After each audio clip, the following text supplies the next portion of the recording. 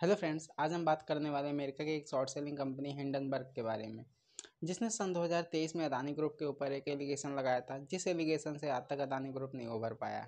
जी हाँ, Hindenburg research ने 2023 के जनवरी महीने में अदानी ग्रुप के ऊपर एक रिपोर्ट जारी की थी, जिसमें ग्रुप के ऊपर शेयर की कीमतों में छेड़खानी और अकाउंटिंग में धोखाधड़ी के आरोप लगाए गए थे, जिससे अदानी ग्रुप को अपने 20,000 करोड़ का एफपीओ वापस लेना पड़ा था और उनके शेयरों में भारी गिरावट आई थी और अदानी के नेटवर्थ को भारी झटका लगा था, जिससे अदानी इंडिया के टॉप 20 रिचेस्ट पर्सन की लिस्ट में से बाहर हो गए थे। और एलिगेशन लगाने से पहले एलॉन मस्क के बाद अदानी दुनिया के सेकंड रिचेस्ट पर्सन हुआ करते थे।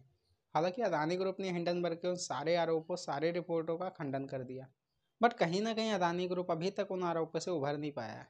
मैं आपकी जानकारी के लिए बता दूं कि हिंडनबर्ग कंपनी अभी तक लगभग 37 कंपनियों का भंडाफोड़ कर चुकी है। और अभी रिसेंटली हिंडनबर्ग रिसर्च ने अपने सोशल मीडिया एक्स पर एक ट्वीट किया है, समथिंग बिग सून इंडिया। इस अकेले ट्वीट से पूरे सोशल मीडिया और पूरे स्टॉक मार्केट में हाहाकार मच गया। और इस बार हिंडनबर्ग रिसर्च ने स्टॉक मार्केट के सीधे जड़ पे अटैक किया है। उन्होंने इस बार सेबी के चेयरपर्सन को ही टारगेट बना लिया। इन्होंने एक रिपोर्ट निकाली जिसमें एक ऐसा डॉक्यूमेंट रिवील किया गया है जिसमें कहा गया है कि सेबी के चेयरपर्सन माधुरी पुरीबुच का ऑफशोर कंपनी में स्टेक था, जो कि अदानी के ब्लैक मनी को वाइट करने में अदानी की हेल्प करता है, जो कि एक बहुत ही बड़ा एलिगेशन है। और इस रिपोर्ट में कह रहे हैं कि हमको 18 महीने हो गए अदानी की रिपोर्ट निकाले हुए, जिस वजह से आपको पता ही होगा कि अदानी के स्टॉक्स में कितनी बड़ी फॉल भी आई थी। तो इनका कहना है कि जो हमने रिपोर्ट निकाली थी अदानी की, जिस पर सेबी की जांच भी बैठी थी, उसका अभी तक कुछ हुआ नहीं। तो मुझे ऐसा पर्सनली लगता है कि उसी का फ्रस्ट्रेशन है। और इस रिपोर्ट में इनका कहना है कि आईपी प्लस फंड एक छोटा सा ऑफशोर फंड है जिसको अदानी के इन्वेस्टर्स ने सेटअप किया हुआ है, और जो अदानी का ब्लैक मनी है वो सारा इसमें इन्वेस्ट किया जाता है। और इन फंड्स ने Indian stocks, derivative, equity shares और अदर फाइनेंशियल इंस्ट्रूमेंट्स में अपने फंड्स इन्वेस्ट किए हुए हैं। और इस फंड में माधुरी पुरीबुच और उनके हस्बैंड का आईपी प्लस फंड और जो दूसरे ऑफशोर फंड है उसमें उनकी हिस्सेदारी है। और ये इसको साबित कैसे कर रहे हैं, इन्होंने एक रिपोर्ट लगाई हुई है IIFL की, जिसमें इनके पति का नाम धवल बुच और इनका नाम माधुरी धवल बुच लिखा हुआ है, जिसमें रेजिडेंशियल एड्रेस सिंगापुर का नाम है। और इसमें ये बताया जा रहा है कि जो इनकी नेटवर्थ है अप्रॉक्स $10 मिलियन है। और इस रिपोर्ट में देखिए, हिंडनबर्ग कहता है कि सन 2015 में माधुरी पुरीबुच अपने पद पे रहते हुए भी आईपी प्लस फंड में इन्वेस्ट कर रही थी, जो कि उनकी 10 मिलियन की संपत्ति थी। हिंडनबर्ग के रिपोर्ट पे सुप्रीम कोर्ट कहती है कि भाई वो जो इन्वेस्टिगेशन चल रही थी उस पर सेबी अभी कुछ खास नहीं कर पाई है, क्योंकि सेबी के चेयरपर्सन खुद माधुरी पुरीबुच उनकी चेयरपर्सन है। मतलब हिंडनबर्ग का कहना है कि जब सेबी की चेयरपर्सन खुद इसमें शामिल है तो कहाँ सेबी कुछ कर पाएगी, ऐसा हिंडनबर्ग का कहना है। और इस रिपोर्ट में हिंडनबर्ग का कहना है कि अप्रैल 2017 से मार्च 2022 के बीच में सेबी के चेयरपर्सन पर जब तक माधुरी पुरीबुच थी तो उनका 100% इंटरेस्ट सिंगापुर के ऑफशोर कंपनी पर था।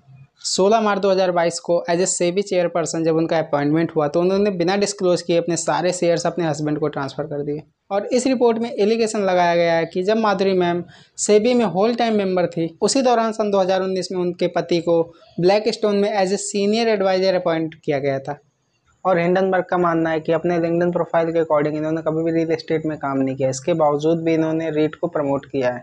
ब्लैक स्टोन एक बहुत बड़े इन्वेस्टर और रीट के स्पॉन्सर्स भी हैं।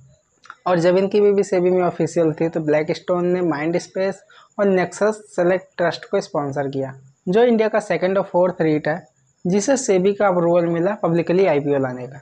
और इस रिपोर्ट में हिंडनबर्ग का एलिगेशन है कि जब धवल जी ब्लैक स्टोन में एडवाइजर थे तब सेबी ने रीट के रेगुलेशन को अप्रूव किया था, जिसमें 7 कंसल्टेशन पेपर, 3 कंसोलिडेट अपडेट, 2 नए रेगुलेटरी फ्रेमवर्क और नॉमिनेशन राइट आए, जिससे ब्लैक स्टोन को उसका फ़ायदा मिल सके। और इस रिपोर्ट में हिंडनबर्ग का कहना है कि माधुरी मैम ने अलग अलग सेमिनार में उनके फ्यूचर फेवरेट प्रोडक्ट को रीट से कह के प्रमोट करवाया है। मतलब इनके कहने का मतलब है कि इन्होंने बहुत सारा प्रमोशन किया है और इन्वेस्टर को कन्विंस करने की कोशिश की है कि आप इन एसेट क्लास को पॉजिटिव देखने की कोशिश करें। और इस रिपोर्ट में हिंडनबर्ग का एलिगेशन है कि माधुरी मैम का 99% स्टेज अगोरा एडवाइजरी में है, जिसके डायरेक्टर खुद उनके हस्बैंड है।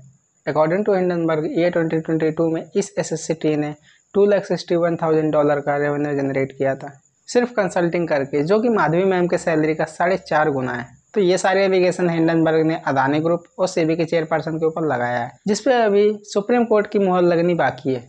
आपको क्या लगता है कि पिछली बार की तरह इस बार भी हिंडनबर्ग हमारे स्टॉक मार्केट को नुकसान पहुंचा सकता है या फिर नहीं? आप मुझे कमेंट बॉक्स में बता सकते हैं। You can share the video to spread the awareness. Thank you.